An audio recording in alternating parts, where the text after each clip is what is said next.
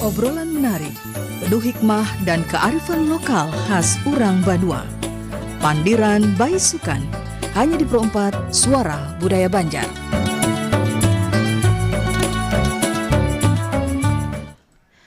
Assalamualaikum warahmatullahi wabarakatuh. Selamat Baisukan dan sanak Pro 4 dimanapun pian berada. Berjumpa kembali di kesempatan hari ini Kamis 2 Oktober 2025 di Mambar. Nah, kalau biasanya Pina rame, hari ini Pina saurangan ya. Banyak urangan. Iya, jadi mohon maaf rekan ulun kan kada kau berhadir hari ini karena ada kesibukan, ada lain hal lah Iya, gitu Mas. sibuk taruh saya buat Inggi. Biar aja Pina nanya kada sibuk. Inggi. Iya, hari ini sudah ada narasumbernya lah. Inggih. Nah, ini Pinanya satu lawan satu nih. 1 lawan 1 hari ini kami. Kada begitu lah Pian. Kada. Doakan aja pula mudahan nah, ini belum begitu lagi. Inggi ini Karena belum. biasanya 1 lawan 1 nih. Bujur buah. Ini Biasanya perdana melawan. ya. Biasanya ulun berdua terus. Iya. Nah, ini kan kayak apa karena kita tuh harus bisa sendiri aja ya pula. Wes. Inggi. Ayo ya, ulun serah ke langsung lawan Pian dah. Inggi.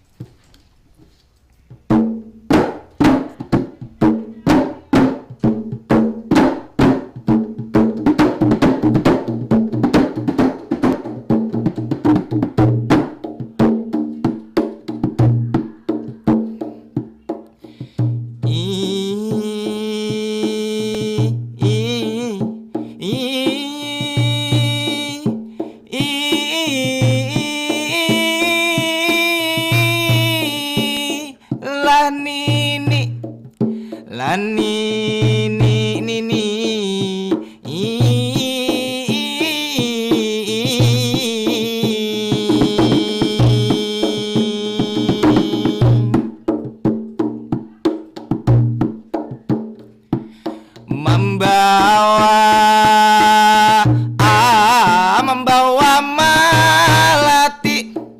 Kalau nini membawa melati.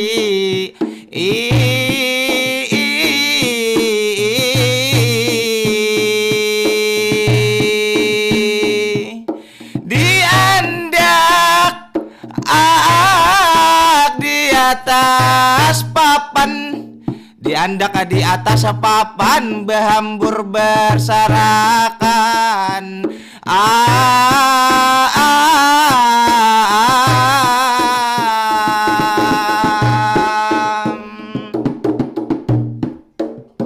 Diindangakan Assalamualaikum, selamat hari Kamis.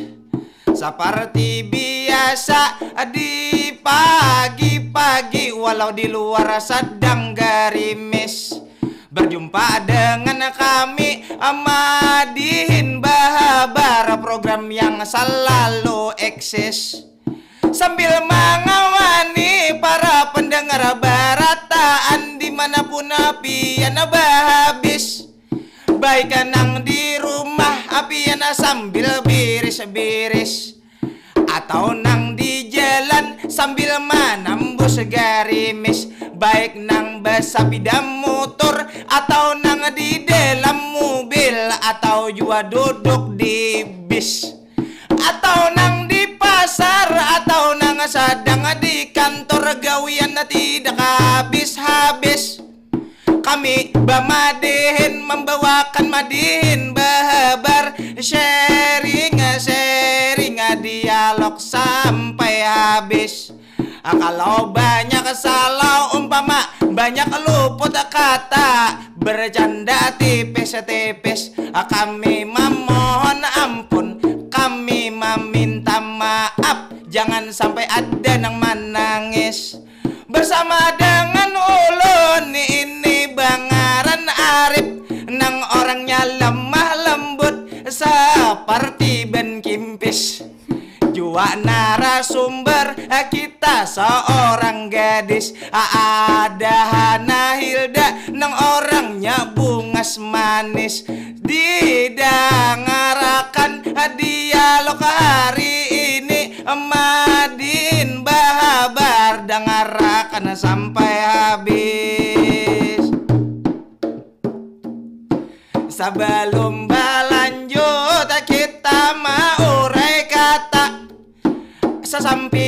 pantun di awal tadi bamula, maka isi pantun dipacah sebagai tema. Kita dengarkan pantun isi bebunga.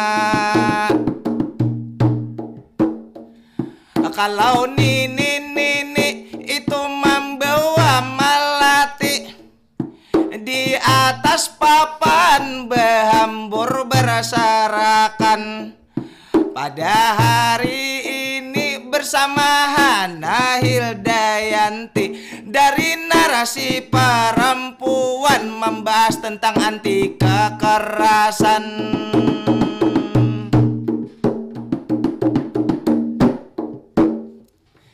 Nah, sampai di situ mendengar belum ampihan kita.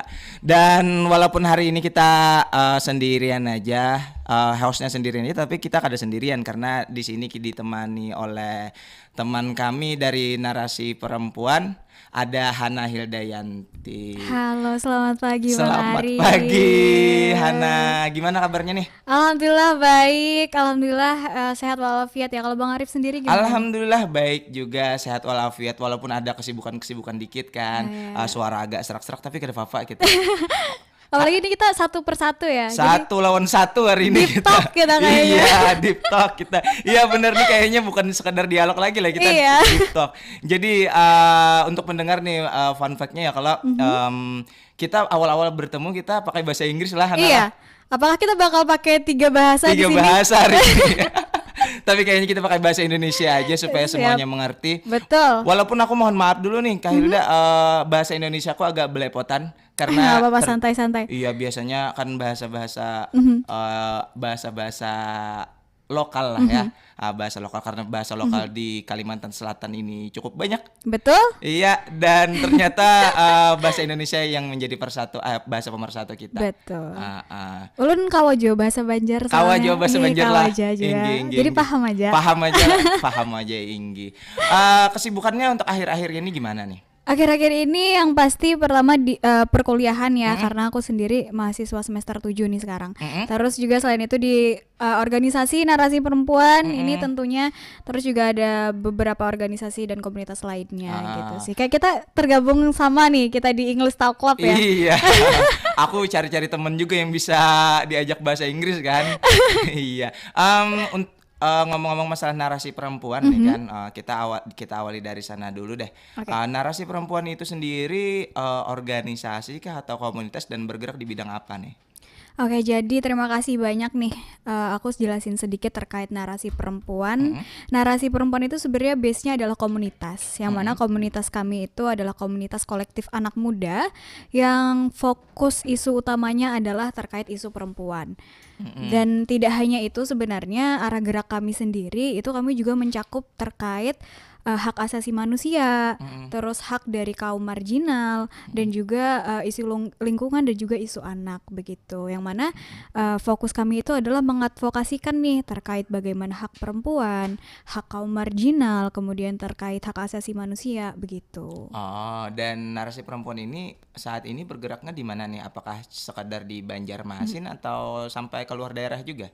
Untuk saat ini fokus gerak kami masih di Banjarmasin, akan tetapi kami tuh punya satu komunitas di luar pengurus narasi perempuan, namanya Teman Narasi, yang mana itu tersebar secara nasional begitu. Dan juga karena fokus kami itu kan adalah advokasi ya tadi ya, jadi cakupan kami itu tidak hanya sekedar di Banjarmasin aja nih, tapi juga keluar, yang mana kami menggunakan platform sosial media untuk hal itu begitu sih. Oh iya, jadi selain advokasi juga ada pendidikannya juga lah. Betul. Dan juga supaya mengajak orang-orang supaya lebih aware lah, supaya lebih apa ya istilahnya, perhatian lah terhadap isu-isu Betul. perempuan. Nah, ngomong-ngomong masalah perempuan nih kan, karena hari ini juga tanggal 2 Oktober, selain Hari Batik Nasional atau Hari Batik Internasional, aku lupa deh. Hari Batik Nasional ya? Nasional ya. Iya. diperingati hari ini juga diperingati sebagai Hari Anti Kekerasan Internasional. Di mana pada sejarahnya kan dulu Mahatma Gandhi itu pada hari ini melakukan aksi damai, memperjuangkan hak-haknya dan lain sebagainya dengan cara anti kekerasan. Nah, karena kita bersama dengan narasi perempuan nih dan juga secara angka ternyata ada banyak hal juga yang mengenai tentang kekerasan terhadap perempuan dan anak nih. Dan sebelum itu aku mau tanya dulu deh, kekerasan terhadap perempuan dan anak itu ruang lingkupnya dan pengertiannya seperti apa sih? Oke, jadi kekerasan terhadap perempuan dan anak ya. Ini tuh sebenarnya terbagi menjadi 2 definisi tentunya. Yang pertama terhadap perempuan dan yang kedua terhadap anak. Terkait kekerasan terhadap perempuan sendiri, sebenarnya ini adalah kekerasan yang berbasis gender, yang mana tidak hanya sekedar kekerasan secara fisik, yaitu pemukulan dan lain sebagainya. Ini juga berkaitan dengan kekerasan secara psikis. Kekerasan terhadap perempuan adalah segala bentuk ketidakadilan terhadap perempuan karena ia adalah perempuan. Yang mana kita tahu bahwasanya perempuan ini kan dianggap sebagai kaum yang lemah, begitu kaum yang rentan. Adanya dominasi oleh pelaku yang merasa bahwasannya dia lebih berkuasa karena pelakunya kan mostly adalah laki-laki ya, karena ini kekerasan terhadap perempuan.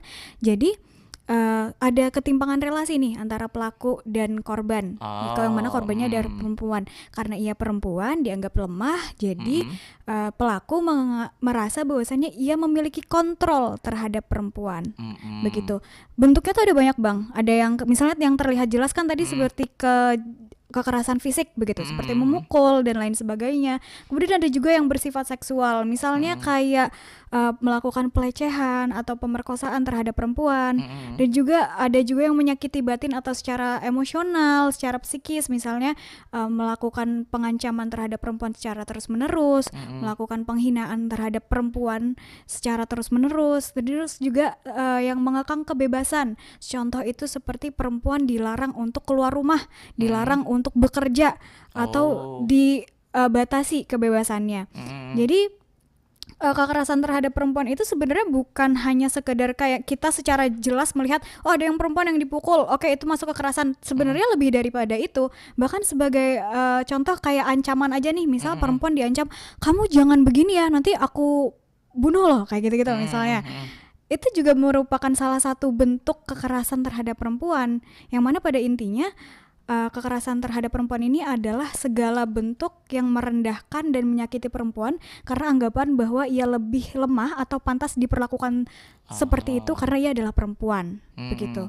Jadilah yang namanya kekerasan terhadap perempuan dan anak ini sendiri bukan hanya sekadar misalnya perempuan dianiaya bukan karena sekadar itu, tetapi dia dianiaya karena dia perempuan. Betul. Nah, kalau misalnya soal yang anak sendiri tuh, Bang.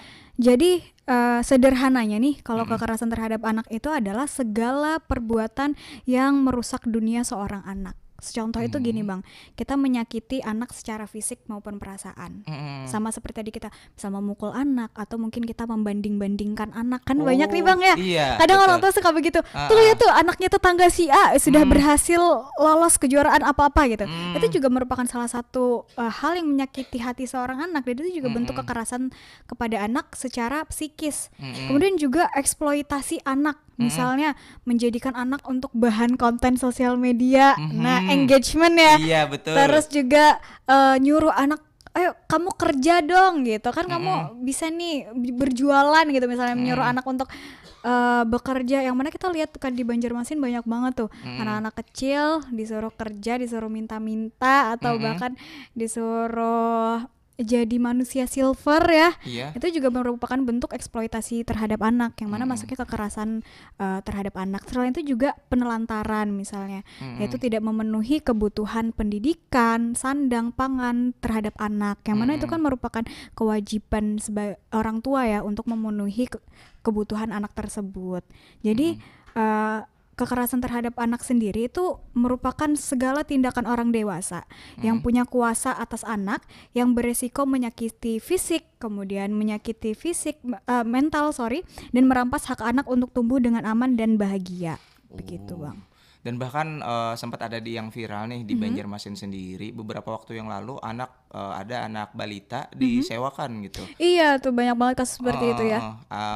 Disewakan untuk menemani mengemis di lampu merah dan lain sebagainya. Kan itu sangat miris juga, ternyata itu pun masuk dalam tindakan kekerasan terhadap anak lah. Tentunya sih Jadi masuk bukan Bang. hanya sekedar misalnya KDRT atau apa namanya, atau ya kekerasan lain, tetapi secara psikis juga masuk di sana. Betul. Dan ini yang mungkin orang-orang tuh banyak nggak aware ya, merasa bahwasanya kekerasan itu sekedar tindakan fisik aja, memukul itu berarti kekerasan. Tapi kalau misalnya aku hanya ibaratnya ke anak itu ngatain, oh kamu ini maaf banget nih, kayak misalnya kamu ini bodoh atau kamu ini kurang pintar, kamu ini pemalas, yang membuat anak itu secara emosional terguncang, itu juga merupakan bentuk kekerasan. Pun sama seperti ke perempuan, gak hanya sekedar pemukulan tadi, tapi juga misalnya pembatasan terhadap perempuan. Kamu gak usah lah sekolah tinggi-tinggi, kamu katoh nanti kamu ujung-ujungnya juga bakal di dapur gitu misalnya. Itu juga merupakan bentuk kekerasan terhadap perempuan. Jadilah misalnya nih ada perempuan yang ingin melakukan hobinya nih, kemudian dibatasi, dilarang karena alasan bahwa ikem tuh bebinian, jangan melakukan hal itu tuh masuk dalam kekerasan juga lah. Iya, yang Kecuali misalnya dia mempunyai permasalahan kesehatan tertentu, misalnya ada penyakit-penyakit tertentu, tidak diperbolehkan melakukan hobinya karena permasalahan kesehatan, bukan karena dia perempuan, itu baru bukan betul. termasuk. Iya. Jadi di sana arahnya. Nah, tadi kan sudah ada contoh-contohnya nih, ada contoh-contoh dan sebagainya. Sebenarnya jenis-jenis kita mungkin lebih diperinci lagi atau lebih klasifikasikan kali ya. Jenis-jenis kekerasan terhadap perempuan dan anak itu bagaimana nih? Oke, karena mungkin base-nya aku adalah anak hukum ya Bang. Aduh, Jadi iya, aku betul. mungkin akan mengacu pada undang-undang. Nah, untuk kekerasan terhadap perempuan sendiri itu acuanku adalah Undang-Undang Nomor 23 Tahun 2004 tentang penghapusan kekerasan dalam rumah tangga. Mungkin nanti ada teman-teman yang dari hukum mungkin udah ada ibaratnya ya pengetahuan lain di undang-undang lain. Cuma kalau dari aku di Undang-Undang Nomor 23 Tahun 2004 itu ada setidaknya 4 bentuk kekerasan terhadap perempuan. Yaitu pertama adalah kekerasan fisik tadi, kemudian ada kekerasan psikis atau secara mental, kemudian ada juga kekerasan seksual. Kalau misalnya di hubungan rumah tangga itu secontoh kekerasan seksual misalnya pemaksaan melakukan hubungan kayak gitu. Kemudian juga ada penelantaran, yang mana penelantaran ini pembiaran terhadap perempuan yang misalnya dia sudah menjadi yang mana dia adalah seorang istri gitu, atau misalnya dia seorang anak yang mana dia tidak dipenuhi nih secara sandang pangannya begitu. Jadi penelantaran ini seperti pembiaran terhadap hak-hak perempuan yang tidak dipenuhi begitu.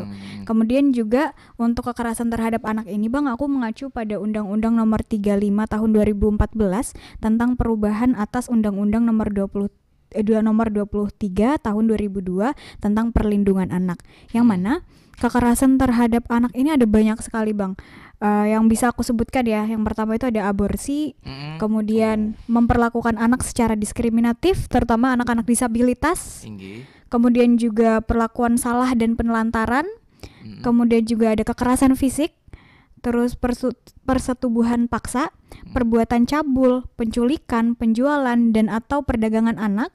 Kemudian juga termasuk pengabaian aspek budaya, yang mana ini tuh adalah menghalang-halangi anak nih, misalnya anak mau menikmati budayanya sendiri, atau mungkin menghalang-halangi anak melaksanakan ajaran agamanya. Itu juga merupakan salah satu bentuk kekerasan terhadap anak. Dan yang terakhir itu adalah eksploitasi ekonomi dan atau seksual begitu sih Bang. Oh, jadi itu secara klasifikasinya berdasarkan undang-undang nih. Jadi ngomong-ngomong masalah undang-undang nih, aku jadi teringat ada statement dari, kalau tidak salah dari Yuval Noah Harari, penulis buku Sapiens. Jadi dulunya itu kan pada zaman dulu, pada zaman masa klasik, perempuan itu ibaratnya dianggap seperti properti gitu. Betul. Jadi di zaman dulu misalnya ada kasus, mohon maaf ya, ada kasus pemerkosaan, korbannya di sana bukan si perempuannya, tapi korbannya adalah laki-laki yang dianggap sebagai pemilik dari perempuan itu, entah itu ayahnya atau suaminya atau suaminya gitu. Jadi Kalau pelakunya itu kan hukumannya pada akhirnya pelaku cuma dimintai denda dan diwajibkan bayar kepada laki-laki atau suami ataupun orang tuanya itulah. Jadi secara hukum pada zaman dulu kan awalnya perempuan tidak dianggap gitu. Nah, kemudian jadi kasusnya pada saat itu sih, kalau kasusnya kan pada saat itu bilanya si laki-laki, si suami ataupun seorang tuanya ikhlas nih, ya sudah berarti selesai kasus itu. Jadi boleh dikawini atau dinikahi perempuannya, terserah dah, yang penting selesai gitu. Nah, itu kan di zaman dulu tuh. Tetapi nampaknya kayaknya sekarang ini pun kita lihat di beberapa tempat, misalnya ada kasus pemerkosaan, pelaku dan korban dinikahkan gitu, dianggap selesai gitu kan. Nah, kalau di Banjarmasin sendiri nih, dari Narasi Perempuan ada datanya kah atau angkanya bagaimana kondisi dari kekerasan terhadap perempuan dan anak ini, bagaimana sih kondisinya di Banjarmasin khususnya gitu? Oke, mungkin aku mau menanggapi narasi yang sebelumnya dulu kali ya Bang ya. Enggak. Nah jadi ya ini terkait misalnya ada terjadi kekerasan seksual terhadap perempuan kemudian malah dinikahkan dengan pelaku dengan alasan itu adalah bentuk dari pemenuhan hak korban gitu. Nah ini tuh yang sering sekali salah kaprah dan mungkin masih marak terjadi begitu Bang. Apalagi kalau misalnya kita melihat tempat-tempat yang masih jauh dari jangkauan edukasi begitu, misal masyarakat pedesaan gitu masih sering melakukan praktik itu, yang mana ini sedihnya tuh adalah ibaratnya kerugian ganda nih Bang. Ibaratnya perempuan sudah dilecehkan terus dinikahin sama pelakunya. Bayangkan bagaimana trauma dari si korban kan. Nah untungnya kita sekarang sudah diakomodir oleh undang-undang, meskipun dalam implementasinya mungkin masih kurang gitu. Akan tetapi ini juga adalah salah satu bentuk upaya untuk kita melindungi hak perempuan. Bagaimana caranya ketika terjadi kekerasan terhadap perempuan itu bisa ditanggulangi. Base-nya adalah fokus ke pemulihan korban, yang mana kita fokusnya tuh korban ini butuhnya apa sih kayak gitu. Dan kemudian juga untuk di Banjarmasin sendiri ini ya Bang ya. Kalau kita bahas di Banjarmasin sendiri, kasus dari kekerasan terhadap perempuan dan anak ini itu mengalami peningkatan nih Bang. Untuk laporan untuk laporan kasusnya dari tahun ke tahun itu sebenarnya mengalami peningkatan. Nah, jadi sebenarnya hal ini tuh kalau aku melihatnya ya, ini bukan sebuah hal yang ibaratnya kita bilang, oh berarti kalau misalnya banyak terjadi kekerasan, berarti memang orang-orang Banjarmasin nih sepertinya makin tidak aware gitu loh, kok bisa sih melakukan kekerasan. Tapi aku melihatnya justru beda. Dengan peningkatan laporan kasus ini, berarti aku melihatnya mungkin kesadaran dari masyarakat Banjarmasin ini meningkat untuk terhadap kekerasan ke perempuan dan anak gitu.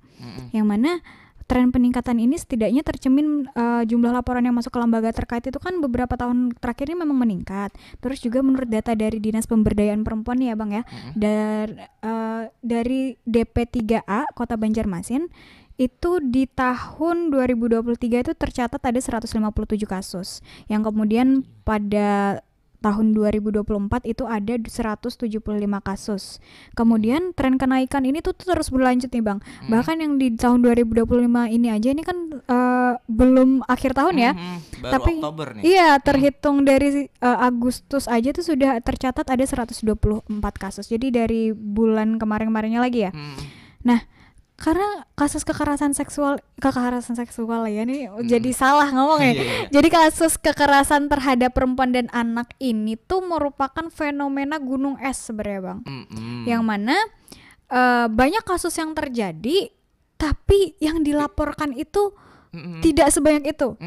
Karena kita kalau misalnya nggak usah ngebicara soal data deh, kita lihat secara kenyataannya aja. Sangat mudah untuk kita melihat atau bertemu dengan anak-anak yang dieksploitasi secara ekonomi. Kadang kita keluar jam 10 malam, kita masih lihat ada anak-anak bawa keranjang jualan. Kita kadang masih lihat ibu-ibu duduk di trotoar. Terus kita masih sering banget bertemu dengan anak-anak yang datang, Kak minta dong Kak gitu, Kak uang makan Kak gitu kan. Itu kan bisa kita lihat secara kasat mata lah. Jadi walaupun tidak kita lihat secara data, sebenarnya di Banjarmasin ini kasus terkait kekerasan terhadap perempuan dan anak itu masih masif begitu. Dan itu sayangnya kemungkinan besar tidak dilaporkan kepada instansi terkait lah.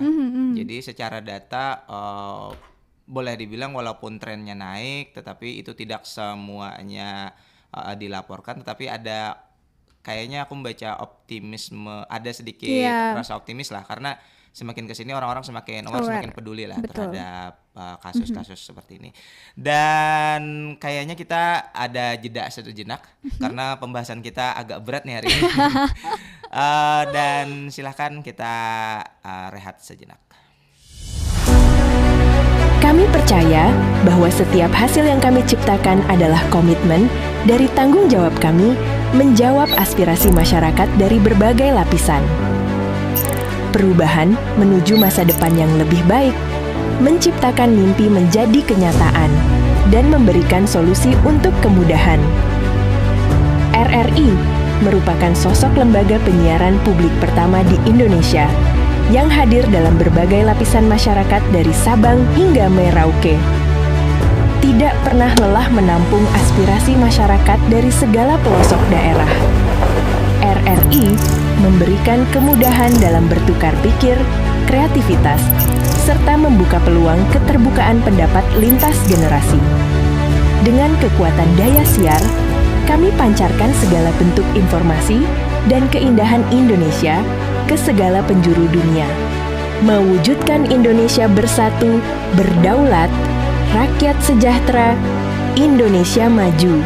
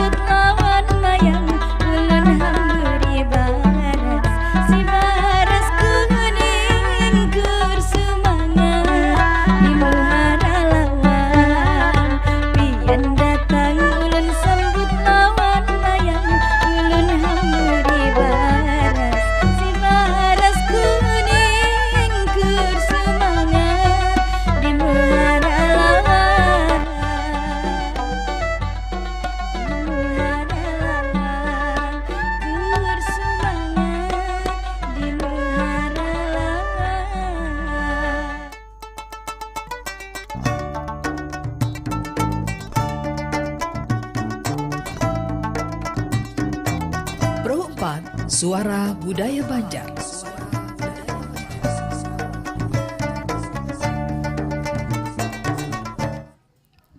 Masih bersama Arif di Mabar Madihin Bahabar, Madihin bersama Madihin Milenial, dan kali ini kita masih dengan narasumber kita dari Narasi Perempuan, ada Hana Hildayanti, dan tadi kita sudah membahas tentang bagaimana tentang kekerasan terhadap perempuan dan anak, kemudian tentang awareness atau kepedulian warga Banjarmasin dan angka-angkanya di Banjarmasin khususnya. Nah, kemudian yang aku ingin tanyakan dan penasaran gitu, kenapa sih hal-hal seperti ini gitu, kasus-kasus atau isu kekerasan terhadap perempuan dan anak ini harus diperjuangkan gitu. Toh misalnya harusnya diperjuangkan ya kada apa-apa juga ada nih, misalnya ada yang berpendapat seperti itu kan. Ya misalnya inya ketujuh aja, suka-suka aja, kada pernah mengeluh dan lain sebagainya, kada perlu diperjuangkan ya kada apa-apa. Misalnya ada seperti itu. Nah, gimana nih Hana menanggapinya? Oke, jadi kenapa harus diperjuangkan? Dan mungkin ini nanti akan merembet ke apa pentingnya paham terkait isu terkait kekerasan perempuan dan anak. Kenapa harus diperjuangkan? Sebenarnya gini Bang, kekerasan terhadap perempuan dan anak ini kan masuk ke ranah HAM ya, hak asasi manusia, pelanggaran hak asasi manusia.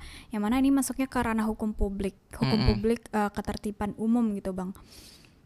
Jadi kalau misalnya kita bilang mereka kayaknya suka-suka aja kok. Nah, ikhlas-ikhlas aja katanya. Ikhlas-ikhlas aja gitu. Nah, ini nih yang salah di mindset masyarakat gitu. Sepertinya ya. Karena kalau misalnya kita pakai logika sederhana aja, di mana di belahan dunia mana orang suka disakiti gitu kan. Di belahan dunia mana perempuan suka dipukuli, di belahan dunia mana seorang anak suka dieksploitasi, disuruh bekerja dan lain sebagainya. Tapi mungkin kita tidak tahu, mungkin ada beberapa orang atau yang korban gitu merasa bahwasanya misalnya anak disuruh jualan gitu, terus dia ngerasa aku senang kok gini soalnya aku dapat duit gitu loh. Aku nggak, kalau sekolah kan nggak dapat duit gitu kan, kadang kan ada yang kayak gitu. Nah, jadi gini, kalau misal terhadap anak sendiri misalnya Bang, anak itu adalah pribadi yang memang kita nggak bisa samakan dengan orang dewasa dari pola pikirnya. Anak itu belum bisa menentukan apa yang baik untuk hidupnya. Ya kan. Jadi ketika kita memberikan sesuatu kepada anak tuh tidak bisa membedakan ini salah ini benar gitu loh. Nah, makanya kita butuh orang dewasa nih yang mengarahkan anak ini yang benar tuh seperti ini loh. Ini hak kamu itu dicederai gitu. Terus juga kamu tuh seumuran segini harusnya kamu sekolah. Karena anak kecil itu taunya apa yang dia lakukan saat ini terus habis itu dapat hasil secara langsung itu baik gitu. Berarti kalau dia jualan dia dapat duit secara langsung instan ya. Dia ngerasa oh ya udah aku seneng kok dengan ini. Tapi ke depannya anak-anak kecil itu kan belum bisa menggambarkan bagaimana dia nanti di masa depan gitu. Misal dengan pendidikan yang kurang, kita tahu lah ya dampak pendidikan yang kurang itu gimana gitu misalnya. Terus juga terhadap perempuan ini Bang, kebanyakan ya kalau pada kasus kekerasan terhadap perempuan, banyak perempuan yang tidak melapor itu karena mereka merasa takut. Jadi kita nggak bisa bilang bahwasannya mereka suka dengan itu. Coba kita memang harus melakukan pendekatan terhadap korban, tapi most of the time, jadi orang-orang yang menjadi korban dari kekerasan terhadap perempuan itu mereka banyak merasa takut, mereka merasa bahwasan itu aib. Jadi mereka lebih memilih untuk diam. Dan diamnya ini bukan berarti mereka suka. Bisa jadi diamnya mereka ini karena mereka memang tidak berdaya. Dan untuk itu butuhlah kita nih masyarakat yang lebih aware, yang mungkin kita punya power. Misalnya kayak Bang Arif misalnya nih laki-laki dewasa begitu, yang alhamdulillah sehat walafiat dan punya kemampuan untuk membantu korban begitu. Atau misalnya mungkin kalau aku dari mahasiswa hukum, mungkin aku ada kenalan praktisi hukum yang aku bisa coba deh aku kontak orang gitu. Sedangkan korban ini memang karena posisinya lemah, jadi untuk mereka menyuarakan bahwa aku tidak suka dengan apa yang aku rasakan, pasti itu sulit karena juga tadi kan aku membahas bahwasannya yang namanya kekerasan ini ada ketimpangan relasi kuasa antara pelaku dan korban gitu sih. Makanya ini adalah suatu hal yang harus kita perjuangkan karena kalau misalnya kita nunggu korbannya nih kayaknya nggak selesai begitu. Iya betul. Jadi itu yang harus digarisbawahi bahwa adanya ketimpangan relasi antara korban dan pelaku. Iya. Karena misalnya ada yang bertakun itu jar di MMA itu ada apa-apa jar berpukulan berkekerasan.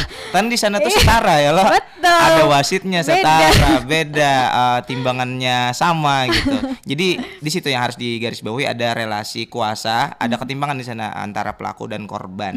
Nah dan seperti yang Hana bilang tadi bahwa ada banyak sebenarnya kejadian-kejadian atau kasus-kasus yang tidak dilaporkan, baik itu karena ketidakpedulian atau juga karena korban itu merasa ketakutan dan lain sebagainya. Nah, jadi misalnya nih kita sebagai orang biasa, misalnya kami sebagai orang awam yang bukan di bidang praktisi hukum nih, bukan juga orang-orang yang bergerak di bidang perempuan dan anak, sebenarnya apa sih yang bisa kami lakukan untuk hal itu?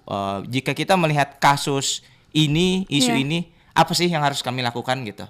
Okay. Ini orang awam ya, bukan orang hukum, bukan orang yang bergerak di bidang itulah. Jadi ini tuh ada 2 skenario Bang. Pertama ketika kasus itu terjadi dan kedua itu ketika korban bercerita. Misalnya ketika kasus kekerasan itu sedang terjadi. Yang pertama, yang prioritas utama kita adalah keselamatan yang pasti. Jika mendengar atau melihat kekerasan secara langsung dan ada ancaman fisik yang nyata. Yang mana pertama tuh kita jangan jadi pahlawan sendiri deh. Jangan sok jagoan dulu. Kita harus menghindari mengkonfrontasi pelaku secara langsung. Misalnya kita melihat ada anak lagi dipukulin orang tuanya, kita terus ujuk-ujuk datang, kita sendirian nih, misal aku nih tiba-tiba datang, jangan itu dong, tahu-tahu malah kekerasannya kena ke aku kan, gitu.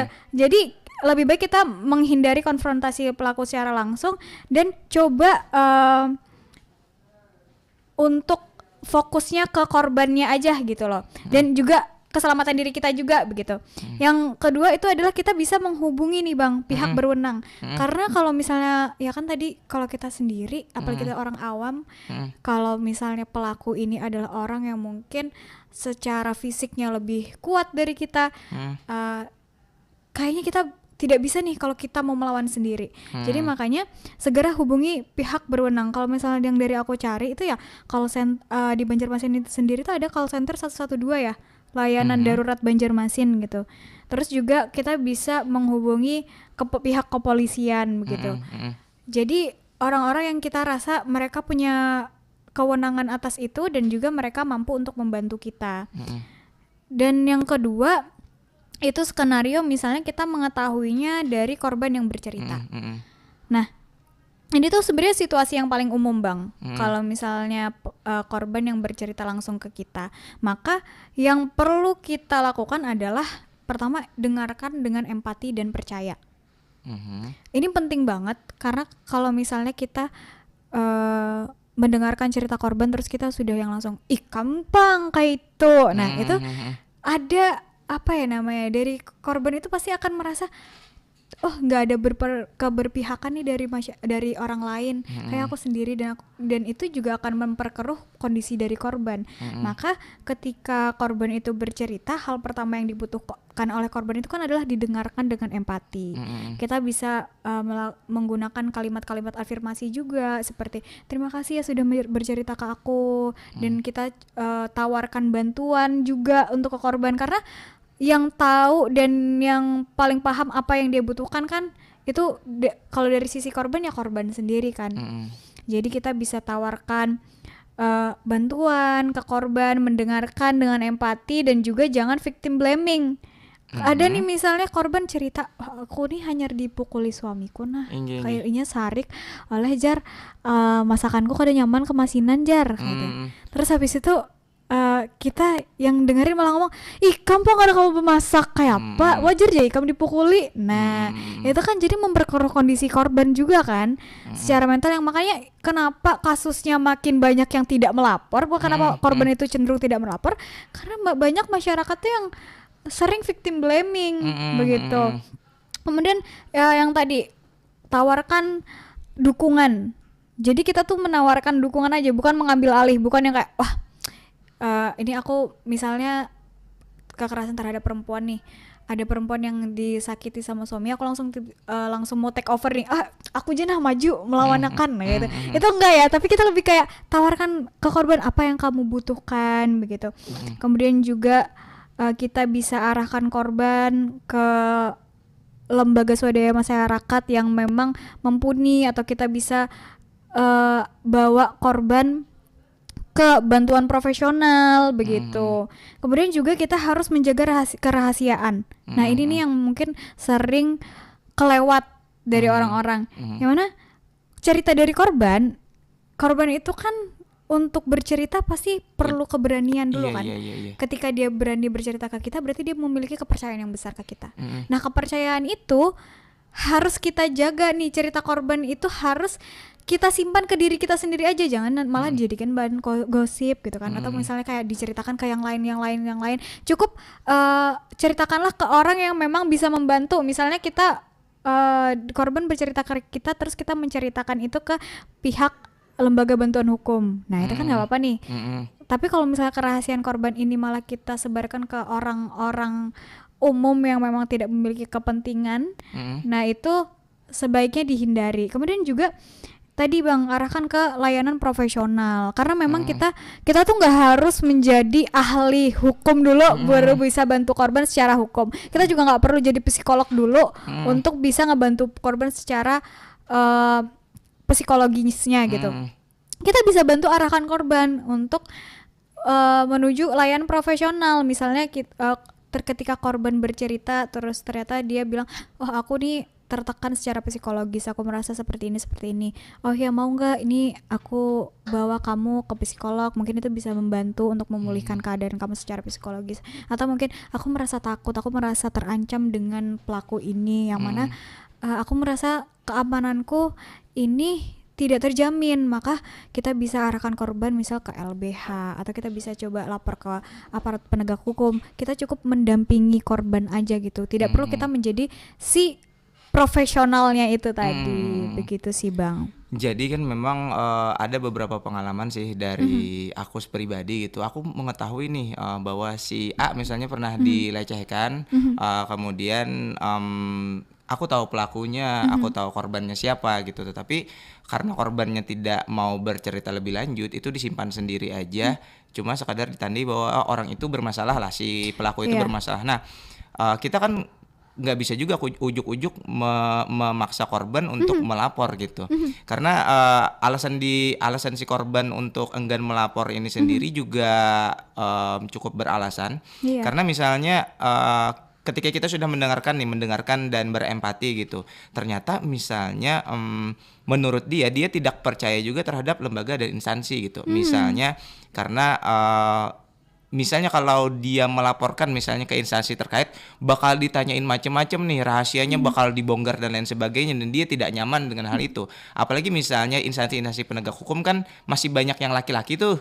Jadi pertanyaan-pertanyaan mungkin tidak empatik dan lain sebagainya. Kemudian dari pihak-pihak oknum-oknum pejabat juga pernah ada tuh kejadian misalnya di salah satu tempat, di tempat publik, ruang publik di tempat kita, ketika maraknya catcalling sampai pelecehan, sentuhan dan lain sebagainya. Kemudian tanggapan dari pihak yang menjabat gitu malah bilang bahwa saya sering ke tempat itu, nggak pernah dilecehkan tuh katanya seperti itu. Padahal kan dia nggak mungkin dilecehkan karena secara kuasa dia tinggi gitu. Betul. Ketika orang-orang biasa kita jangankan ibaratnya perempuan, laki-laki aja misalnya lewat di suatu tempat, di suatu kawasan digangguin gitu, apalagi perempuan. Nah hal-hal seperti ini kan di tempat kita masih belum aware nih, bahkan ada ketidakpercayaan terhadap aparat, ada ketidakpercayaan kepada pejabat dan lain sebagainya. Jadi orang-orang seperti ini dia enggan bercerita, apalagi misalnya dalam tanda kutip pelecehan yang dilakukan tidak sampai yang dianggap berat, padahal itu berat juga, misalnya ada sentuhan dan lain sebagainya. Nah dengan hal-hal seperti ini sebenarnya apa sih yang bisa kita lakukan gitu? Oke, yang bisa kita lakukan sebagai masyarakat umum gitu ya. Yang pertama tuh ya sebenarnya ketidakpercayaan uh, masyarakat terhadap aparat penegak hukum itu sebenarnya beralasan sekali ya Bang ya, kalau misalnya kita ngelihat ke contoh kasus. Makanya aku bilang tadi bahwasannya kita memang punya undang-undangnya, tapi implementasinya nih yang masih dipertanyakan nih.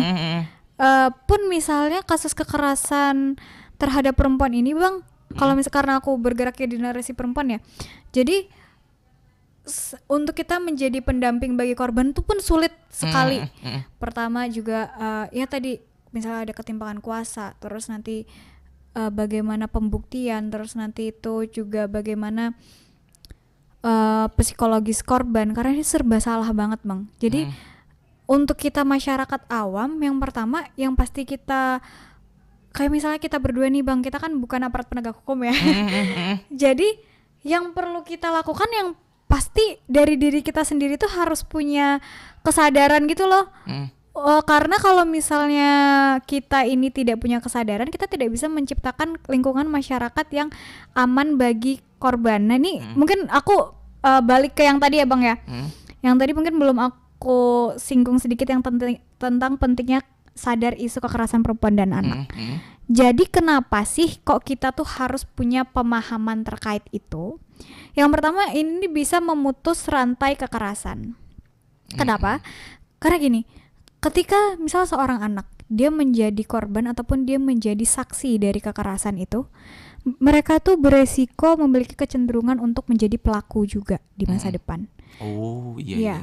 Jadi dengan peningkatan pemahaman ini, kita bisa mengintervensi siklus ini lebih awal, yang mana kita bisa memberikan bantuan kepada korban dan mendidik generasi baru tentang hubungan yang sehat dan tanpa kekerasan, gitu. Terus juga ini bisa mendorong keberanian terhadap korban untuk melapor. Nah, jadi salah satu alasan utama kan mengapa kasus kekerasan itu tidak terungkap karena korbannya sendiri itu takut melapor. Dan juga ketika masyarakat ini nantinya memiliki kesadaran yang tinggi, lingkungan itu bisa jadi lebih kondusif nih Bang, yang mana korban akan merasa lebih aman dan percaya untuk bercerita, untuk melapor, dan dia tidak takut untuk disalahkan atau victim blaming. Seperti yang terlihat di Banjarmasin kan sendiri terjadi peningkatan laporan kasus ya Bang ya. Ya peningkatan laporan kasus ini harapannya kita memang karena kesadaran masyarakat itu meningkat gitu. Terus selain itu, ini juga bisa mencegah normalisasi kekerasan. Kayak yang tadi kita udah bahas di kasus sebelumnya, misalnya anak-anak yang dieksploitasi secara ekonomi. Kita merasa itu hal itu wajar karena banyak terjadi. Padahal itu nggak wajar, itu adalah hal yang salah dan tidak bisa dinormalisasi. Nah makanya pentingnya kesadaran masyarakat adalah untuk tidak menormalisasi hal itu. Kalau misalnya masyarakat merasa itu adalah hal yang normal, maka kekerasan ini akan terus berlanjut, begitu kan. Kemudian juga ini bisa mendorong lahirnya kebijakan dan penegakan hukum yang lebih baik. Nah itu tadi Bang, menjawab pertanyaan yang tadi sebelumnya juga, ketika masyarakat ini memiliki kesadaran terkait kekerasan terhadap perempuan dan anak, kemudian ternyata dalam implementasinya seperti yang tadi Bang Arif sampaikan, bahwa implementasinya ini ternyata banyak aparat penegak hukum yang sendiri nggak sadar gitu loh. Terus habis itu banyak juga pejabat-pejabat yang justru meremehkan. Nah ini kan jadi dari si pejabat sendiri pemahamannya kurang nih gitu. Nah, jadi tuntutan dari publik nih Bang, misalnya yang sadar akan isu ini dapat mendorong pemerintah dan aparat penegak hukum untuk bertindak bisa lebih tegas Bang. Kemudian juga kesadaran masyarakat ini tuh pendorong kuat di balik perumusan undang-undang. Misalnya kayak kita bahas terkait undang-undang kekerasan seksual ya, itu kan tuntutan dari publik, meskipun kalau misalnya kita bicara tentang proses pembentukannya itu memang sangat-sangat sulit dan sangat-sangat bertele-tele gitu. Tapi akhirnya karena tuntutan publik, alhamdulillahnya undang-undang itu akhirnya bisa diimplementasikan, meskipun memang kalau misalnya kita bicara idealnya, idealnya belum ideal ya gitu. Iya. Karena melindungi perempuan dan anak ini kan sebenarnya bukan cuma tugas dari pemerintah, tapi tugas dari kita masyarakat gitu loh. Jadi kita masyarakat ini memiliki tanggung jawab untuk bisa mencegah dan menanggulangi kekerasan terhadap perempuan dan anak. Terus juga kekerasan ini tuh bukan yang bukan kasus ranah privat dari keluarganya aja, enggak. Tapi kalau misalnya memang sudah masuknya ke kekerasan, itu adalah tanggung jawab kita bersama sebagai masyarakat untuk itu. Iya, gitu. dan sebenarnya rumit sekali dan banyak sekali yang ingin kita tanyakan nih untuk hari ini, tapi karena waktu juga yang batasi nih.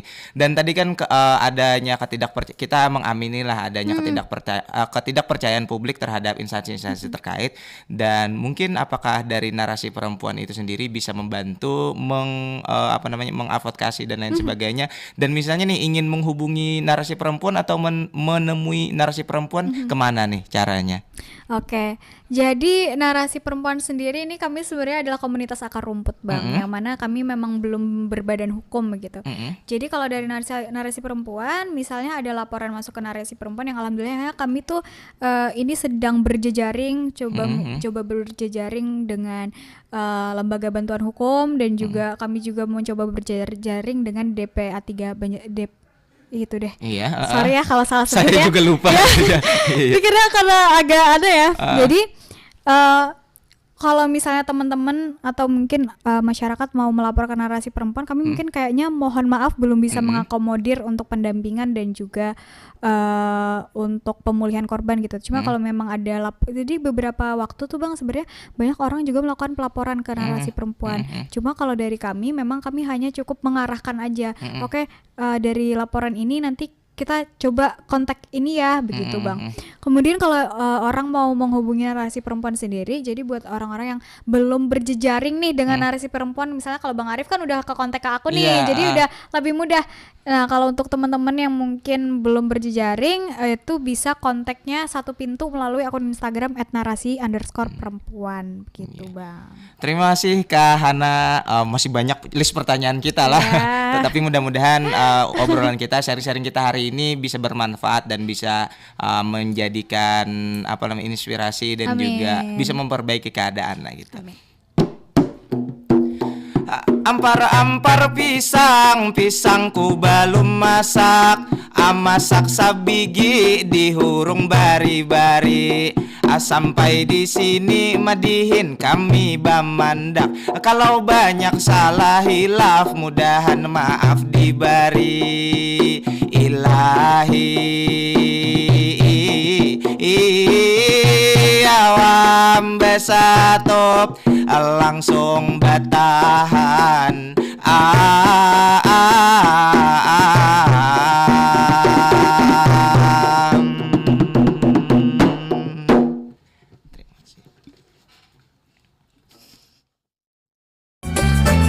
Demikian Pandiran Baisukan di Pro 4 Suara Budaya Banjar.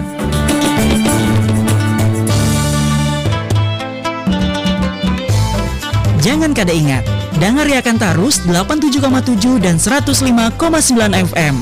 Pro 4 Banjarmasin, Suara Budaya Banjar. Suara Budaya Banjar. Suara Budaya Banjar.